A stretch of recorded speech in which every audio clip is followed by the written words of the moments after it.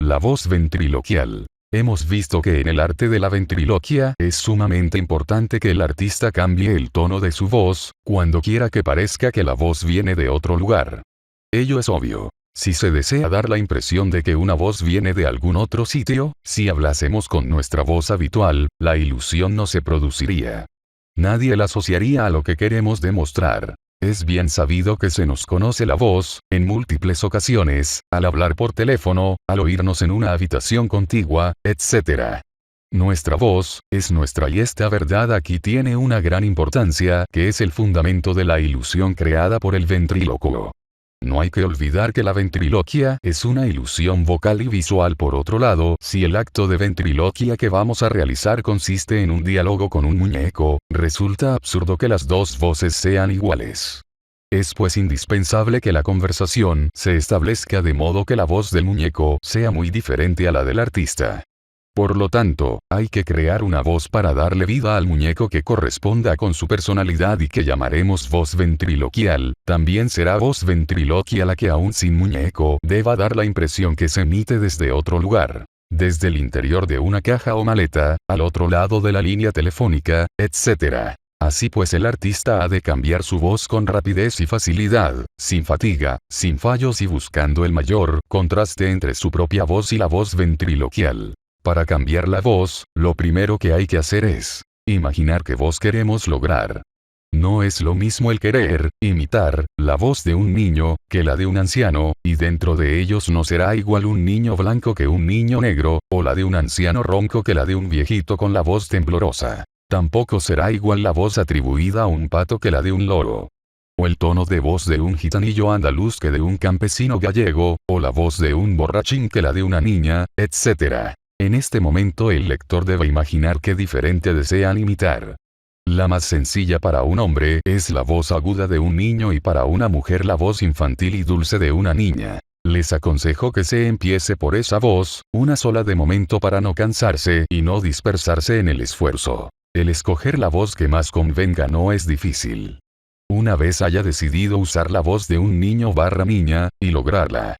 Para ello, iremos subiendo el tono de nuestra propia voz, haciéndola cada vez más aguda, como si hiciéramos una escala musical, y cuando lleguemos a una voz aguda y sin esfuerzo, esa será la voz más apropiada infantil. Hay que hacer pruebas hasta obtener la voz más apropiada, la que nos salga con más facilidad, sin esfuerzo excesivo.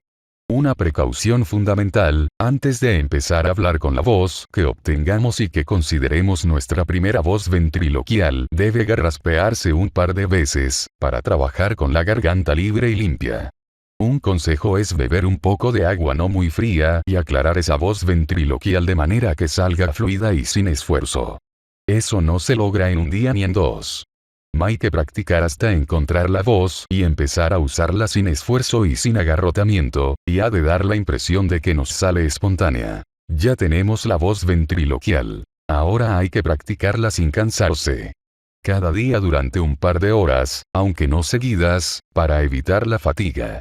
Es decir, para lograr la voz se comienza a decir las notas musicales. Do, re, mi, l, fa, sol, la, si, subiendo como es natural el tono de voz, como si hiciéramos la escala musical, hasta alcanzar el tono que fuera más agudo, sin fatiga. Entonces se prolonga la vocal de esa nota, supongamos que llegamos al fa. Diremos fa, tratando de aguantar hasta que tengamos que respirar. Respiramos profundamente y volvemos a decir fa, con el mismo tono de voz. El aire que habremos retenido en los pulmones, lo iremos expulsando lentamente, mientras pronunciamos la vocal. Cada día se hace lo mismo hasta conseguir emitir el sonido, solo, sin fatigarse demasiado, se intenta decir con el mismo tono otra nota o vocablo sencillo, por ejemplo no, ya, yo, si, su, lo, etc. procurando cada vez prolongar la emisión de la palabra sin llegar a cansarse. Háganse las pausas que se necesite, de modo que en ningún caso se llegue a la fatiga. Cuando se haya practicado con palabras sencillas, se hace lo mismo con otras bisílabas también sencillas, y siempre con voz ventriloquial, por ejemplo, cara, ángel, coco, tutú, tiro, rosa, faro, entra, etc. Repitiendo estos ejercicios se va logrando la voz ventriloquia, sin pensar de momento en hacerlo sin mover la boca. Eso vendrá más tarde, de momento solo hay que lograr una voz diferente, sin gallos, sin fatiga y con rapidez de modo que lo que se diga sea claro, comprensible y suene siempre igual, es decir, como si la voz ventriloquial fuese una segunda voz de nuestra propia naturaleza. El segundo ejercicio que debe hacer el ventrílocuo es respirar adecuadamente. Parece absurdo decir que haya que aprender a respirar, pero es verdad. El ventrílocuo no debe respirar con la misma técnica que otra persona cualquiera. Se debe respirar 20. Manuel González Reichévalo. Profundamente y con el abdomen. Todos sabemos que un cantante debe respirar de cierta forma para emitir e impostar su voz del modo más adecuado. En ventriloquia ocurre lo mismo. Hay que aprender a respirar profundamente y emitir el aire, expirar, con suavidad y lentitud, para que se pueda obtener la debida sonoridad, un poco rara, que dé la impresión de lejanía que da la voz ventriloquial. Los ejercicios que hay que hacer son: 1. Inspirar profundamente por la nariz y expirar lentamente por la boca entreabierta, como una sonrisa. Trátese de expirar sin hacer el menor ruido, es decir, en completo silencio. Hágase este ejercicio varias veces sucesivas al día para adquirir automatismo. 2. Simultáneamente trátese de no mover los pulmones al inspirar, sino el abdomen. La cosa parece absurda pero se logra de la siguiente forma. Póngase echado sobre una cama, boca arriba muy relajado y bien plano. Desabróchese el cinturón, para que nada comprima el abdomen.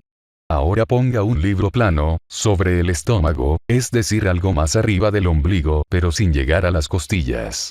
Apoye la cabeza en una almohada para que pueda ver el libro. En esta situación, se abre la boca, como se hizo en el ejercicio primero, y se respira despacio y profundamente, inspirando por la nariz a fondo y expirando por la boca sin emitir sonido alguno. Pues bien, al entrar el aire trátese de que el pecho reciba su entrada sin moverse, sino que lo que se mueva, elevándose, sea el libro.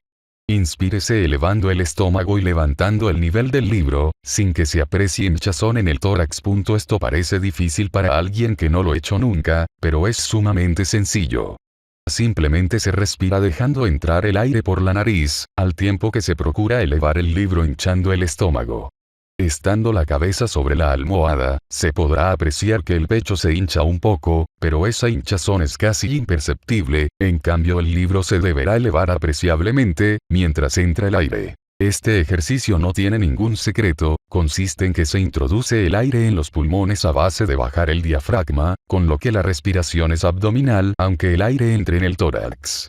Esta es la respiración que practican muchos cantantes y diferente a la de muchos atletas. Logrando repetir, al principio poco a poco y muchas veces al día, estos dos ejercicios de respiración, se llegará a un dominio de uso torácico en el que se aprovecha todo el aire, que entrará sin ruido y saldrá también silenciosamente, Fig. 1, con gran longitud de respiración, lo cual permite emisiones de voz largas y mantenidas sin cansancio, y mínima movilidad torácica, con lo que, para el público, dará la impresión de que el ventrílocuo no respira cuando habla el muñeco y por lo tanto se origina una misdirección de quietud al emitir la voz ventriloquia.